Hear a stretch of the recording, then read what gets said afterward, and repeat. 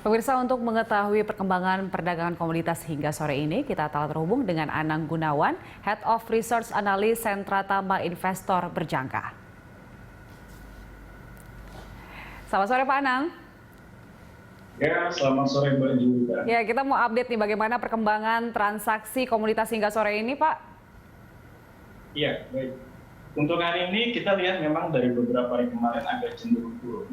Karena memang para pelaku pasar ini masih melihat posisi untuk pemilihan presiden di Amerika ya. Apakah Biden atau Trump yang menang. Jadi memang untuk beberapa komoditas itu agak sedikit turun untuk sisi demand. Penurunan untuk demand-nya. Sebenarnya untuk ekspektasi pelaku pasar itu seperti apa saat ini? Baik, kalau untuk saat ini jika memang salah satu dari calon presiden di Amerika, apakah Trump dan Biden menang, saya rasa pelaku pasar masing-masing sudah melihat kondisi ke depannya. Karena jika Biden yang menang, Biden memiliki kemampuan di bidang satu sisi, dan Trump pun juga ingin melanjutkan program-program sebelumnya. Untuk pergerakan komoditas saat ini yang tampak cukup signifikan apa, Pak? Kita lihat nanti ada beberapa komoditas, khususnya untuk emas, ya. Karena memang saat ini emas dari sisi di 1880 sudah masuk di kategori 1892 ya untuk hari kemarin. Saya menilai jika malam ini elektoral nanti terpilih salah satunya, maka saya pastikan untuk demand emas akan cenderung naik untuk beberapa pekan ke depan. Oke, untuk komoditas lain, sebenarnya dari sentimen-sentimen global yang saat ini terjadi dan juga dari dalam negeri, apakah cukup berpengaruh dengan komoditas yang lain? Ada Mbak, cukup. Untuk beberapa sektor seperti soft commodity, khususnya untuk coklat, untuk kopi ya. Karena memang kita lihat dari sisi di negara luar seperti Eropa, ini bisa akan memperlakukan lockdown kembali. Dan ini sehingga membuat yang namanya komoditas dunia seperti coklat ini agak sedikit menurun untuk sisi demand. Tapi untuk di sisi dalam negeri, saya rasa pemerintah sudah melakukan kebijakan beberapa, dan ini sudah masuk di kuartal terakhir ya. Saya harap memang para pelaku pasar akan melihat tren positif, karena memang COVID kemungkinan besar bisa selesai di tahun ini.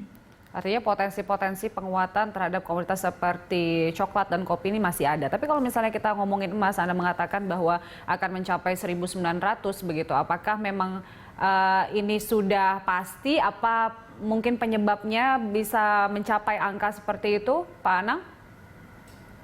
Baik, ada beberapa faktor. Yang pertama adalah untuk kondisi saat ini, ya, cash is the king itu nomor satu. Jadi para pelaku pasar masih menunggu untuk tahap stimulus kedua dari The Fed. Dan yang kedua adalah kalau memang Trump melanjutkan kemenangan, maka kemungkinan besar yang akan dilakukan Trump adalah mereset dolar. Nah, ini akan menyebabkan yang dari sisi investor akan mengambil aksi untuk beli emas. Oke. Nah, kalau misalnya kita lihat sentimen dari Eropa sendiri, ada beberapa negara yang memutuskan untuk lockdown kembali. Apakah ini berpengaruh? Pastinya sangat berpengaruh, Mbak. Ini khususnya untuk sejenis palm oil atau CPO dan OLED. Karena memang sangat erat banget komoditi kita khususnya untuk CPO ini di Eropa. Karena memang beberapa bulan lalu kita lihat dari beberapa berita memang sempat kita diboykot tentang untuk CPO ini, tapi saya berharap tidak ada lockdown kembali. Nah, untuk proyeksi CPO sendiri sejauh ini seperti apa? Kalau dari sisi demand-nya memang agak sedikit masih cenderung turun, karena memang para pelaku pasar masih melihat jumlah korban dari coronavirus ya, yang terus meningkat. Jadi kalaupun nanti ada secara harapan untuk vaksinasi yang memang pasti dari salah satu perusahaan biovaksin, kemungkinan besar dari sisi pelaku pasar akan mengambil tindakan untuk aksi kembali membeli komoditas.